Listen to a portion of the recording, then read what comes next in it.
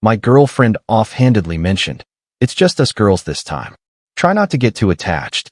I didn't say anything back, just went silent. A couple of days later, I noticed her Instagram posts. She was beaming in pictures next to another man. That was it. I severed all contact right then. 3 days passed before her closest friend messaged me. "Do you have any idea what happened to her?" I typed back, "What do you mean?" She replied, "This is Sarah. I'm 29. I've been employed as a logistics coordinator at a medium-sized freight company here in Dallas for 4 years now. The pay is reasonable, the schedule predictable, nothing flashy. It's the sort of role where you spend your days fixing everyone else's messes and return home too drained to sort out your personal life." Kimberly and I had been together for 2 years. We crossed paths at a friend's backyard cookout. She worked freelance as a graphic designer and carried this lively, artistic spark that always lifted the mood around her. Our relationship wasn't flawless, but it felt solid. Or so I believed. Roughly 3 weeks earlier, she brought up the upcoming getaway. A ladies-only weekend in Austin with her old college crew, an annual tradition. I brushed it off as no big deal. I wished her a great time and even volunteered to drop her at the airport. Then she said those words, "It's a girls-only thing. Don't act clingy." The tone carried an edge, as though she were heading off an argument I hadn't started. I simply nodded and dropped the topic. Still, an uneasy weight settled in my gut for the rest of that week.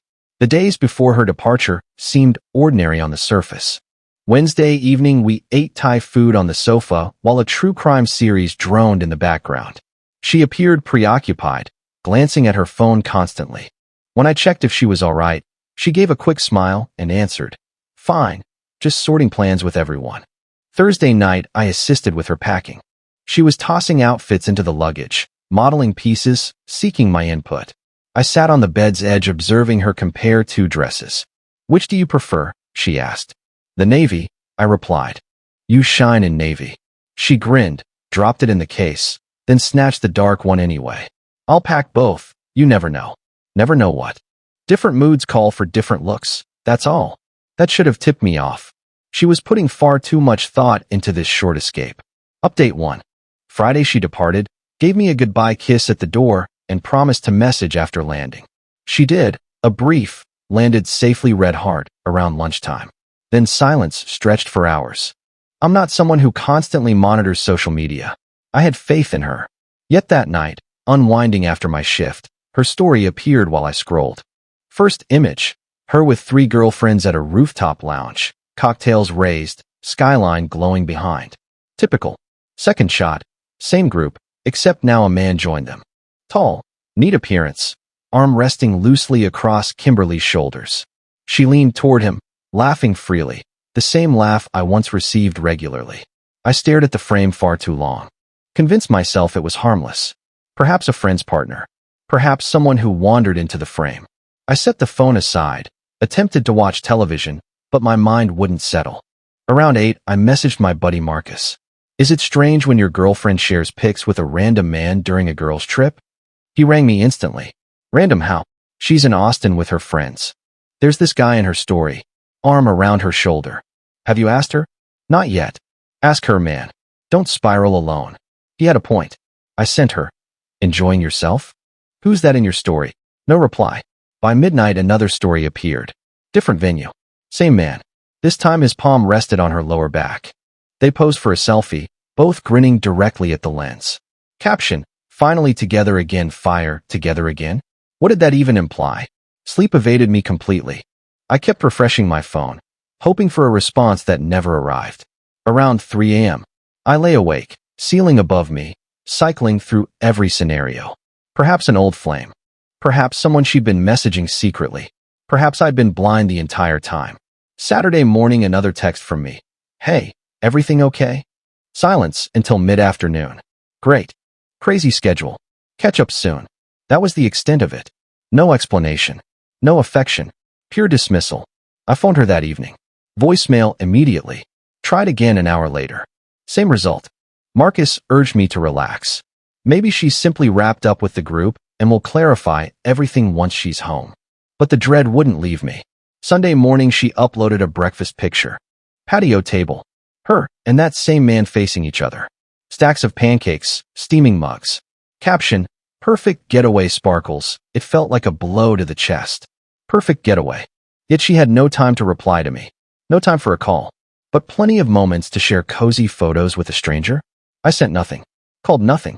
I blocked her number. Blocked her Instagram. Blocked her on every platform.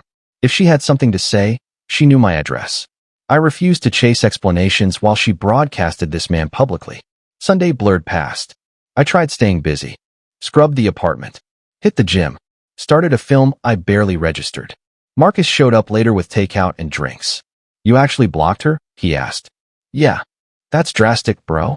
What if it's all a misunderstanding? Then she can tell me in person. I'm done guessing. He didn't argue further. Just passed another beer and switched topics. Update 2. Monday I returned to the office pretending everything was normal. Handled shipments. Replied to messages. Managed the routine chaos. My colleague Emily picked up on my mood during break. You alright? Just worn out. You look like you haven't slept since Friday. Pretty much.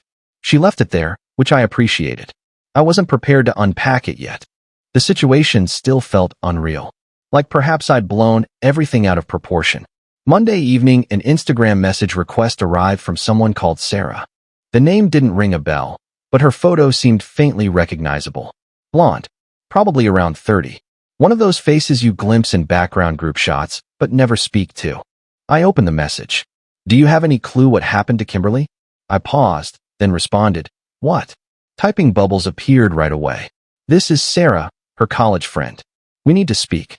Call me. She included her number. I dialed. Andrew. Her tone trembled, as though she'd been weeping or was close to it. Yes. What's wrong? She drew a long breath. Kimberly's in the hospital. My inside sank. The room went still. What happened? She was assaulted. Saturday evening. A man attempted to snatch her bag outside a nightclub. She resisted, and he struck her hard. Concussion, fractured nose, cracked ribs. They monitored her overnight, and she's still there. Words failed me. My mind struggled to process. She's been calling your name, Sarah went on. Keeps asking why you aren't answering. We tried your number. Straight to voicemail. Did you block her? Yeah, I did. Why on earth? Because of her posts. I saw her with some guy repeatedly. It looked like she was seeing someone else. Sarah paused, then spoke deliberately. That was her cousin, Tyler. He surprised her by flying in from Phoenix. He's gay. Been with his partner 6 years. The realization slammed into me. Wait, what? She planned to introduce you two later. Wanted it to be a nice surprise when she returned. She was arranging a special dinner so you could finally meet. I collapsed onto the couch, palm pressed to my forehead. Jesus. She's been in tears for days, Andrew. She believes you walked away because you couldn't handle her injuries. Thinks you saw she was hurt and vanished. She has no idea you blocked her before any of this occurred. I blocked her Saturday before the attack. Exactly. She doesn't realize that. She thinks you deserted her at her lowest point. Nausea rose in my throat. Which hospital? St. David's. Room 412. I snatched my keys and left within seconds. Update 3. The drive felt endless despite being short. Every image replayed in my mind. Every ignored message. Every hasty conclusion I'd drawn. Tyler, her cousin. Gay. Long-term boyfriend. And I'd shut her out because of my own doubts and foolishness instead of simply asking one question. I arrived near 10 p.m. Visiting hours had ended, but I persuaded the nurse I was close family. She eyed me doubtfully. Checked her screen. Then me again. Andrew. Yes. She's asked for you repeatedly. Room 412. Left at the end of the corridor. The hallway stretched endlessly, lit by harsh lights, punctuated by distant beeps. My pulse hammered. I had no script prepared. No certainty she'd even want me there. I tapped lightly on 412 and eased the door open. Kimberly lay propped in the bed, face swollen and discolored, bandage over her nose. Left eye blackened and nearly closed. For line in her arm. Machines hummed nearby. She turned slowly. When our eyes met, her expression shattered. Andrew, her voice cracked. I crossed to the chair by her side. I'm here now. You cut me off, she whispered. Tears spilled down her bruised cheeks. You disappeared. I swallowed thickly. I thought you were with someone else. The pictures with Tyler. I had no idea he was family. She studied me with her uninjured eye. You believed I'd betray you like that? I didn't know what to believe, Kim. You seemed distant all weekend. Barely replied. Then those photos kept appearing. Captions about reunions and perfect weekends. I panicked. I was keeping it secret, she said, voice unsteady. Tyler wanted to surprise you too. He'd heard everything about you. We were going to host a nice meal next weekend so you could finally meet. I pictured you being excited. I buried my face in my hands. I'm so sorry. You shut me out completely. Didn't even give me a chance to explain. I know. I messed up badly. I should have waited. Should have asked directly instead of assuming and running. Saturday night, I got attacked, she continued, tone flattening. This stranger appeared out of nowhere near the club. Tried taking my bag. I held on. My phone, cards, everything inside. He hit me. Twice in the face. I fell, cracked my head on the concrete. She touched her temple gingerly and winced. My friends chased him away. But blood was everywhere. Ambulance came. All I could think about was reaching you. When they finally got my phone working and Sarah tried calling voicemail. Again and again. Kim, I thought you'd stopped caring, she said, voice fracturing once more. Thought maybe I'd done something unforgivable. I kept going over the weekend trying to figure out my mistake. And I came up empty. I reached out slowly and took her hand. It felt icy. I never stopped caring. I just got terrified and acted like an idiot. I'm truly sorry. She gripped back, though weakly. You wounded me, Andrew. Not only by blocking me, by doubting me, by choosing silence over trust. I understand. We stayed quiet for a stretch. Only the steady beeps and occasional footsteps outside. At last she spoke. I'm not sure I can keep going like this. Like what? Us. If every misunderstanding makes you vanish. If you block me instead of talking things through. I can't live wondering when you'll disappear next. I won't do it again, I said immediately. I promise. I'll speak up. I'll ask. I won't assume and shut down. You'd better mean every word. I do. More than anything. She watched me for a long moment, searching for sincerity. Or maybe proof I wouldn't repeat the mistake. Then she gave a small nod. All right. But hear me clearly. One more time, and it's over. No third chances. I understand. I'm serious, Andrew. I know. She shut her good eye, drained. I'm exhausted. I'll go so you can rest. No, she said quickly, fingers tightening. Stay? Please. So I remained. Final update. Kimberly remained hospitalized 2 additional days. I requested leave and stayed beside her whenever permitted. Sneaked in proper meals when hospital trays grew old. Read aloud when screen time triggered pain. Simply sat quietly when she needed silence. We discussed many things in those days. Trust, openness, how deeply I'd failed her. She shared more about Tyler, how he'd plotted the surprise for months, how thrilled she'd been to bring us together. She pulled up their messages, him teasing about meeting the famous boyfriend, her reminding him to behave. Both scheming the big reveal dinner. Wednesday, she connected us via FaceTime from her bed. He matched Sarah's description perfectly. Warm, humorous, unmistakably uninterested in women. Tall, dark-haired, easy smile that put people at ease instantly. So you're the guy who shattered my cousin, he said, grinning. More like the fool who leaped to the worst conclusion, I answered. Yeah, Sarah caught me up. You're fortunate Kim has a bigger heart than me. I know. Treat her properly from now on. She's endured plenty. I will. He seemed content. Good. So when's this dinner happening? I'm only here till Sunday. We held it that Friday after her discharge.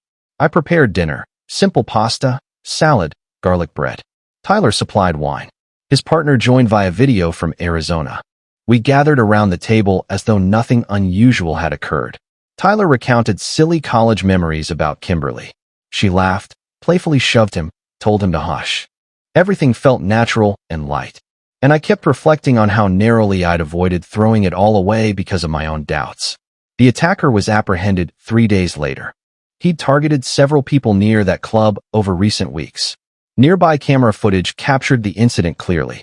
Kimberly provided her statement to police, reliving the moment. She managed it with more composure than I could have mustered. She's tougher than I ever realized. 6 weeks have passed now. Physically, she's recovered. Nose realigned. Marks faded. Headaches finally eased last week. Emotionally, we're still repairing. She's reminded me repeatedly that I'm on probation. One repeat offense, and it ends. I accept that completely. I removed Instagram from my phone 2 weeks ago. Not at her request, because I recognized how it fueled my paranoia. How I twisted innocent moments into disasters. If I want to know something now, I ask her directly. If doubt creeps in, I speak instead of withdrawing. We're booking a trip next month. Somewhere peaceful. Only the two of us. Perhaps Colorado. Or maybe New Mexico. She wants to test whether we can restore what I nearly ruined. I intend to prove every single day that we can. Tyler and I message occasionally now. Strange but welcome. He shares funny posts. Checks on Kim. Offers perspective when I start overanalyzing. He's turned into an odd but helpful guide. Exactly what I need. Last week we lay in bed talking idly, and she said, "I'm glad you showed up at the hospital. I wouldn't have stayed away. You could have. Could have decided I was too much hassle.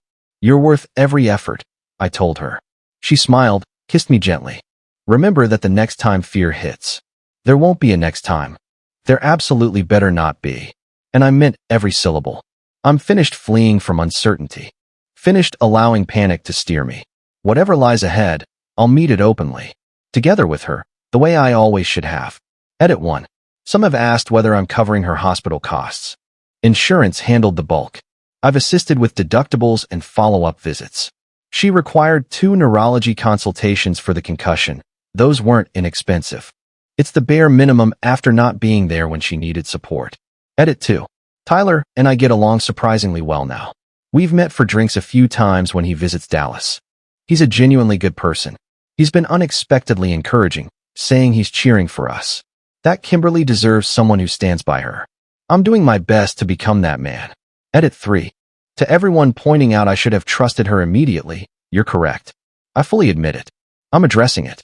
Therapy is teaching me to express concerns instead of bottling them. To question rather than withdraw.